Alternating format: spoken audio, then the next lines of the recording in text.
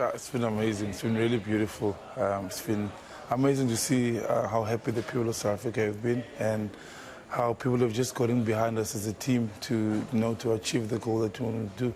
What went through your mind as you lifted that trophy? Can you remember now? No, I can't remember. I just remember being so happy and seeing my family at the stage and like having everybody around me and how happy the guys were, and it just made me think of all the hard work we had put in as the team. It was a tough 2 years for us, but we bought into the plan that the coach had.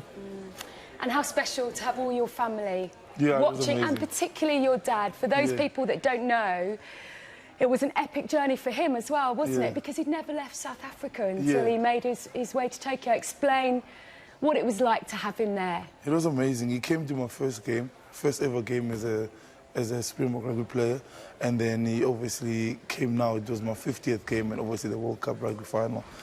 And I know it's something that he probably would have dreamed of as a father, to take his kid on holidays and stuff, and he couldn't do that. And I thought, what, I should do it for him, and he really enjoyed it.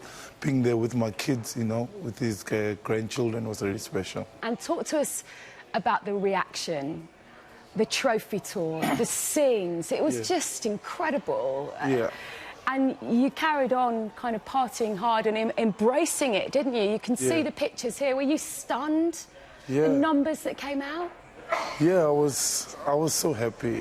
We were all so happy as a team because this made us realize why we did it, and what we did it for and who we did it for. And to seeing people in South Africa like this so happy and united like this was really strong. And we're hoping it's just not for this moment. It carries on for years to come. And yeah, we've got to keep the momentum and keep on doing what we have to do. As a child growing up, could you have ever imagined watching somebody like yourself with your backstory lifting a Rugby World Cup? No, I've always said it, and I even said it to my teammates. I never dreamed of this opportunity in a million years. But I think I'm glad that it happened, because we all come from different backgrounds and the teammates, and now kids can start dreaming about this moment because we've done it. Guys like Mampimpi from rural areas, guys like Peter Seif who come from a farm area, and now all those kids can just say, you know what, they did it, we can also do it. Yeah, they believe that anything is possible. And do you feel you've changed the perception of I hope so. I would like to hope so, but there's still a bit of work to do.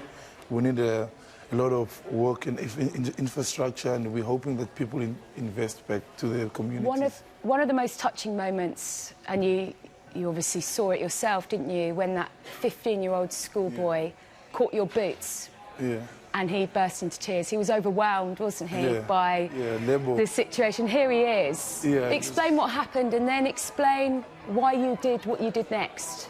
Oh, no, it just, this is why we do what we do, and if we can inspire people like this, that's huge. And we were all signing his boot, and he was so happy, and it touched all of us. And obviously, and luckily, people in rugby got in contact with him, and we brought him to the awards. And Ches and Kobe was winning an award, and he wanted me to accept it. And then my wife FaceTimed Ches and showed him who was there, and we just wanted to make it special for him and to show that we care.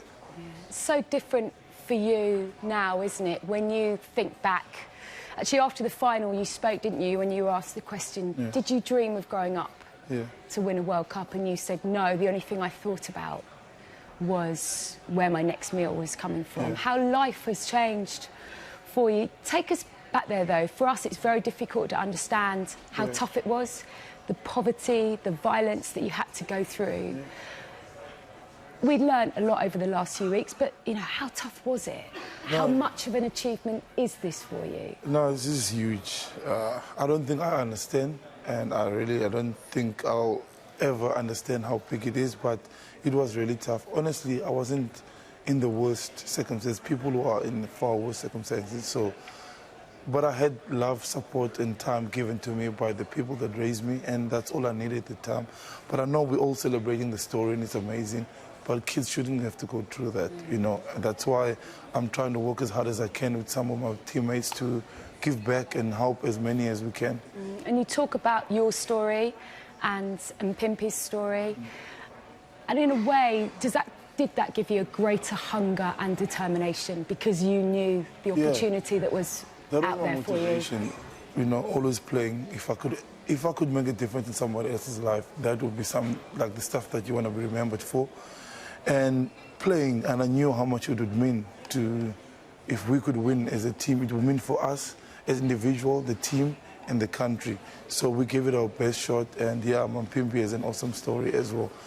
Being one of the first players from the rural areas to do this, which is huge because rugby is probably not as big as and as supported as it is there. And you are very determined, aren't you, to give as many people an opportunity as possible.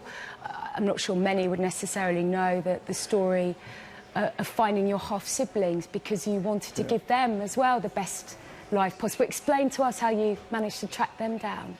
So when our mom, we share the same mom, she passed away when I was, I think, 15 or 16. And I think that's the last day I saw them, and they moved with their dad. We were separate dads, and when he passed away, I think the same year, and then they were 7 years away from me, looking for them. And then we were playing England actually in South Africa, and we were in my hometown. I wasn't part of the team that was playing, so I took a drive. I met one of my cousins, and he told me he knows where they are. And then I went to go visit him. It was one of the most emotional moments in my life, and it was special. And yeah, I did what any brother would do, bought them my boot was full of sweets, and and then you know how to win them over, don't you? Then I took them over in December holidays, and they stayed with me since then. And it's a remarkable story, the whole story of how South Africa won the World Cup. But if you think back 18 months ago, England were touring, weren't they, in South Africa? And it's almost where it began. Rassie Erasmus had taken over. And one of the first big things he did was just decide to make you captain. He did something that no one had ever... You did something together nobody had ever done. You became the first black man to captain a South African test team. Yeah. Do you think any other coach would have done that? And what sort of statement did that set out?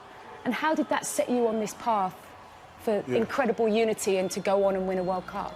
I don't know what any other coach would have done, but I think he's a special human being. I've learned so much from him. You know, I've known him since I was a little kid. He gave me my first provincial contract, and he's backed me from the beginning. And I know he had no intentions of anything else but to give me the opportunity. And he helped us a lot as a team, and he had a great plan. We all bought into it, which was very special for us. And someone that I heard, I think very highly of me, because I think he's going to make huge changes in South Africa, and I think he was a man for the job. And rather than shy away from the idea of segregation, he actually almost embraced it, didn't he? Yeah. He used your stories, didn't he, to pull you together? He was open and honest about it. He knew exactly what the country needed, and he told us as a team. I think that's the biggest thing he brought into us, honesty. And yeah, it helped a lot. It worked to our best advantage because he told us everything that was happening at all times and what the goals were for the team, because obviously people want a diverse team, and that's what he was pushing towards as well, and winning. So he had to achieve all of those goals while winning, and we bought into it, and I think it made it much easier. And what was interesting is when he talked about pressure, he said it's not pressure, it's hope. He said pressure's not having a job. Pressure is one of your closest friends being murdered. Rugby is a privilege. And you went out and played in that vein, didn't you? That's what he told us before we warmed up in the final.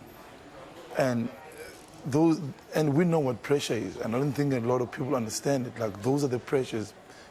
Someone dying, something happened to one of your family members or your friends, but we have the privilege of putting smiles on people's faces who are going through all that pressure. And that's what he made us understand before we stepped on that field. So we weren't playing for ourselves anymore. We were playing for a nation, we were playing for a country. And without him even knowing, like, we touched so many people, you know. When we walked on that field, we knew what we had to do. I've spoken to a lot of people since the World Cup, Francois Pienaar, John Schmidt, Brian Habana, guys that know what it's like to win the trophy. People that were there in '95 when South Africa won it, and they talked about having a little bit of an impact. But how do you really use this? How does South Africa, as a team and a nation, use what you did, continue to tap into that feel-good factor to make sure that it doesn't pass the nation by? I think it's important for us to get people to invest again in South Africa, in the infrastructure and the people in the communities. We want to build young sportsmen, even young doctors, in everything, not just sport. There's so many places that we need this, and that's what we're going to do as players. Also invest in everything as much as we can by giving back, making sure we give kids who come from similar backgrounds the same possibilities or the same opportunities, because I think everybody just needs an opportunity, because we can all make it. We need an opportunity so a kid can take it. And the public will carry on, hopefully, embracing that from what you've seen, from those incredible scenes. Yeah. And I think us interacting with the public as well and thanking, because without the people of South Africa and all the struggles we went through, I think that's what made us through. You know, all the bad times that were happening back at home, we used it as motivation, as much as we could to make sure we achieved what we wanted to achieve. So the people were amazing. We really enjoyed it. We couldn't have done it with the people of South Africa. Well, it was a phenomenal few weeks, wasn't it, in Japan? And an incredible story. You as a group made history, and it was a pleasure being able to watch you. Thanks very much for joining us. Thank you, Siya. Thank you.